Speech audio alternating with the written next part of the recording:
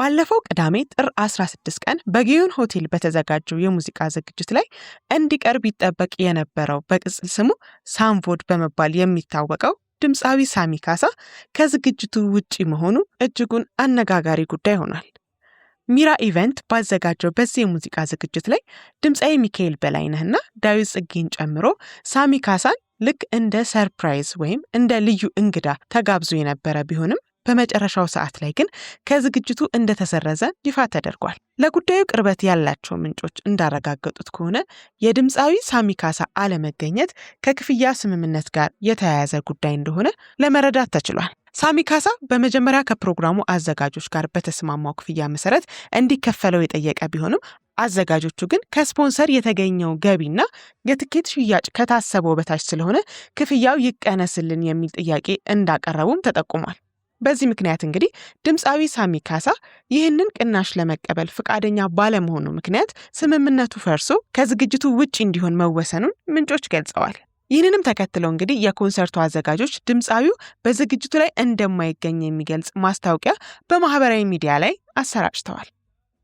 ድምፃዊ ሳሚ ካሳ ወይም ሳምቮድ በሙዚቃ ኢንዱስትሪ ውስጥ በተለይም በዲያስፖራው ማህበረሰብ ዘንድ ታዋቂነትን ያተረፈ ቢሆንም የመድረክ አፈጻጸሙና የክፍያ ጥያቄው በአሜሪካ በሚገኙ አንዳንድ ፕሮሞተሮች ዘንድ ቅሬታ ሲያስነሳ መቆየቱ ተዘግቧል።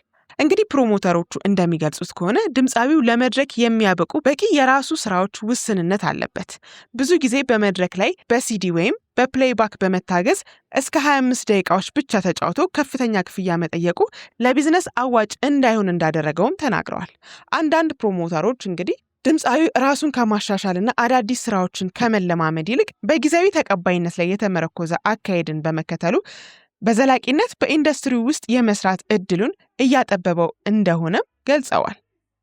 ይህ በእንዲህ እንዳለ ሆኖ እንግዲህ ከ15 ዓመት በኋላ ወደ ሀገር ቤት የተመለሰው ድምፃዊ በቀጣይ ከአድናቂዎቹ ጋር ለመገናኘት እና ስራዎችን ለማቅረብ ይህ አሁን የተፈጠረው ክስተት እጅግ ከባድ ፈተና እንደሚሆንበት የተለያዩ የዘርፉ ባለሙያዎችም እየተናገሩ ይገኛል።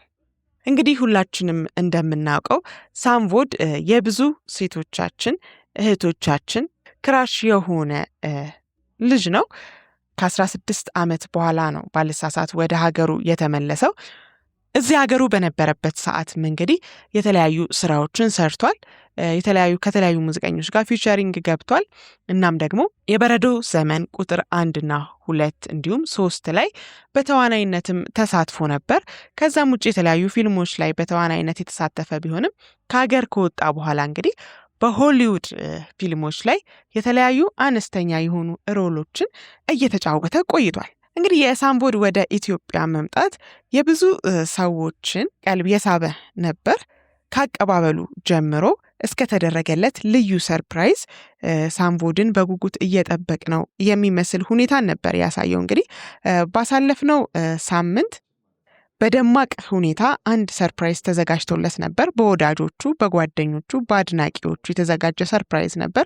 በሰርፕራይዙ ላይም እንግዲህ የተለያዩ ታዋቂ ድምፃውያን፣ ስፖርት ፊትነስ አሰሪዎች እንዲሁም ደግሞ ቲክቶከሮች ተገኝተው ያላቸውን ልባዊ አክብሮት፣ ፍቅር ገልጸውለታል።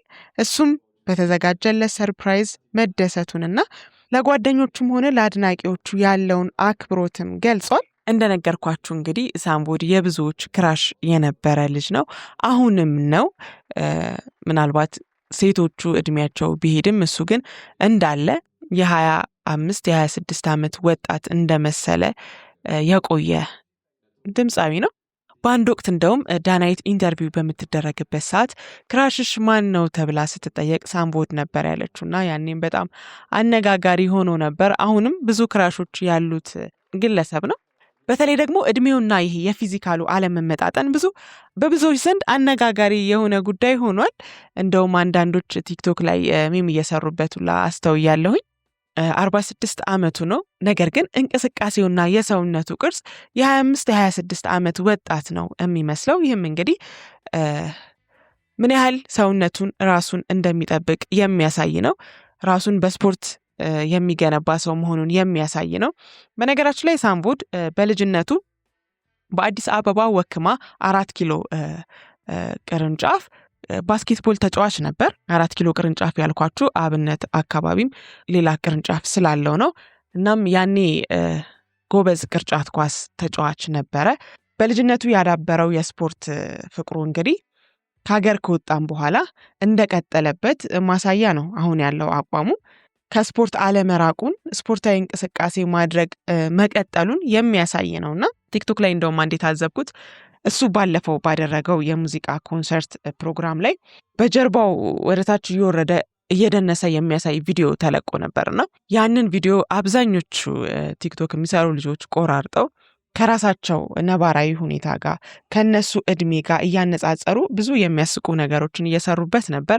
አንደኛው በጣም እኔንም አስቆኝ የነበረው ቪዲዮ ሳምቦርድ እንደዛ በሚደንስ ሰዓት አንድ የ20 ዓመት ወጣት ደግሞ 50 ብር ወድቆበት ለማንሳት ጎንበስ ማለት አቅቶት ወገቡ ሲንቋቋ የሚያሳይ ድምጽ በማስገባት እኛ ያለንበት ሁኔታ ይሄ ነው በማለት እንግዲህ ለማሳየት የሞከረው ነገር ብዙዎችን ራሳቸውን እንዲገምቱ ያሉበት ሁኔታ እንዲታዘቡ ያሳየ ነው። በነገራችን ላይ ከማሳቁም ከማዝናናቱም ባሻገር ያኗኗር ዘይቤያችን ችግር እንዳለበት ማሳያም ነው።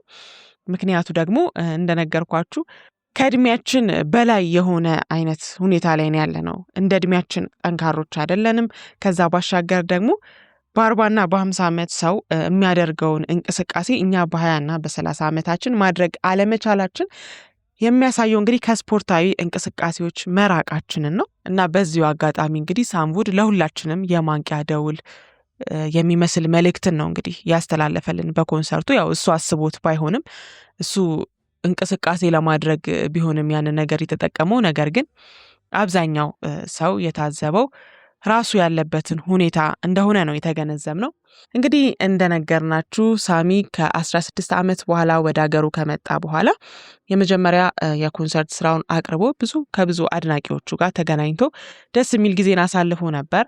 ሁለተኛ ስራው ላይ ግን እንደተገለጸው መገኘት አልቻለም። ምክንያቱ ደግሞ የክፍያ ጉዳይ መሆኑን ገልጸናል። ከዛ በተጨማሪ ሳምቡድ እንደ ሌሎቹ ድምፃውያን ብቁ የሆነ ድምፃዊ አለመሆኑንም እንግዲህ ፕሮሞተሮቹም ሌሎች የሙዚቃ ባለሙያዎችም ገልጸዋል። ምክንያቱም እሱ በድምፁ ሳይሆን በሲዲ በፕሌየር እንደሆነ የሚጫወተውና ከ20ና ከ30 ደቂቃ በላይ መጫወት የማይችል ሰው መሆኑንና ይሄ የተወሰነ በሆነች ነገር የተገደበ መሆኑን ጭምር ገልጸዋል። ይሄ እንግዲህ ለራሱ ስጋት እንደሚያሳድርበት ነው የተገለጸው። ሳምቡድ እንግዲህ ከሙዚቃው ራሱን በማግለሉ ጉዳይ ምንም የተናገረ ወይም የገለጸው ነገር የለም። ህዝቡንም ይቅርታ የጠየቀበት መንገድ እስካሁን የለም። ከዚህ መረጃ ጋር ተያይዞ እንግዲህ ሳምቡድ ራሱ የሚናገረው ወይም የሚገልጸው ወይም የሚያስተላልፈው መልእክት ካለ ለእናንተ ይዘንላችሁ እንደምንቀርብ ቃል እየገባን ለዛሬ ያዝነውን መረጃ ከወዲሁ አገባደድን። መልካም ጊዜ፣ ቸር ያሰማን።